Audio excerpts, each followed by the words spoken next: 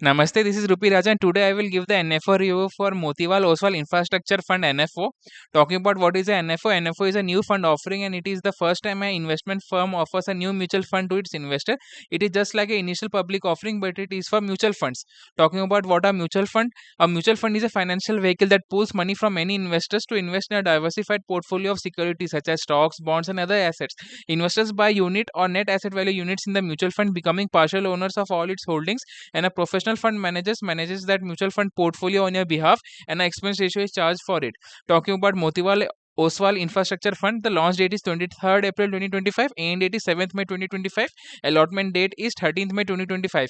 Talking about the exit load, 1% will be charged if you redeem the funds within 3 months from allotment of the units. The fund is benchmarked against the Nifty Infrastructure Total Return Index, and we predominantly will be investing in equity and equity related instruments of company engaged directly or indirectly in the growth and development of India's infrastructure sector. The scheme is managed by Ajay Khandelwal, Atul Mehra, Balchandra Shinde, and these three will be concerned about the equity component of the mutual fund. Rakesh Shetty will be concerned with the debt component of the mutual fund, and Sunil Sawant will be concerned with the overseas securities of the mutual fund.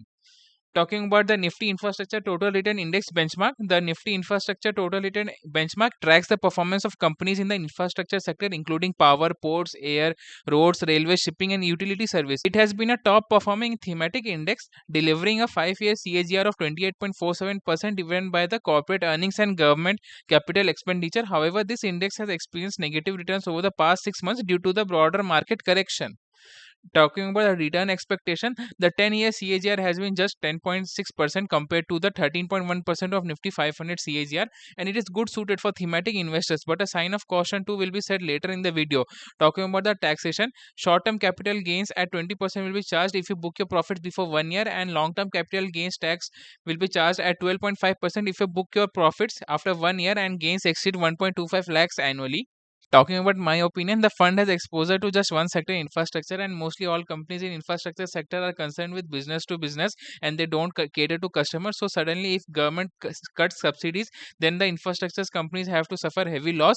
The central government spent a lot on infrastructure after the break of COVID, and we can't 100% depend only on the government to spend on infrastructure. The fund is best suited for high risk investors with a 5 to 10 year time horizon who can tolerate the volatility and believes in India's infrastructure growth story. Talking about suitability for, in my opinion, I will avoid this NFO because I don't feel much more optimistic about the India's infrastructure story.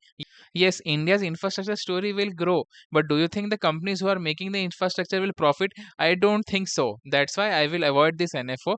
Talking about suitability for different investors types, if you're a conservative investor, you should avoid this NFO. If you're a balanced investor, you should avoid this NFO. If you're an aggressive investor, then yes, you can keep some part of your portfolio to this infrastructure fund, and you should keep in mind that your time horizon should be more than 10 years. If you're a goal oriented investor, then yes, you can start a SIP or lump sum into this infrastructure fund, but you should also remember that your time horizon is more than 10 years. If you're a passive investor, you should avoid this NFO and go for other passive index funds. If you're an active investor and you're a young investor, you can start a SIP in this infrastructure fund, but you should remember that your time horizon should be more than 10 years. If you're a diversified investor and you have allocated good percentage of your portfolio to gold, large cap, mid cap, and small cap, you can skip this NFO since you're already diversified, and this NFO is concerned with only one sector, that is infrastructure. If you're a speculative investor and you want to invest for the short term, you should know that returns have not been great in the last 6 months, so you should skip this NFO. Do not take unnecessary risk, and you can go for large cap active mutual funds. If you still want to take risk in infrastructure fund, you can start a SIP or lump sum in this infrastructure fund, and you should keep your time horizon for investing in this fund should be more than 10 years.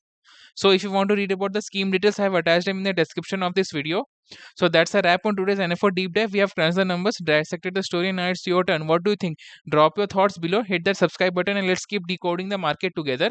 Talking about my consultation, if you want to book any consultation related to investments, mutual fund advice, or stock advice, honestly, do not worry. As of now, just type your questions in detail in the comment section.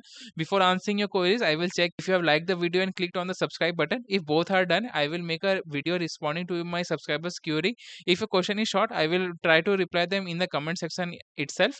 As of now, the service of consultation will be free of cost. So that's all for this video. Thank you. This is Rupi Raja. Hope you like this video.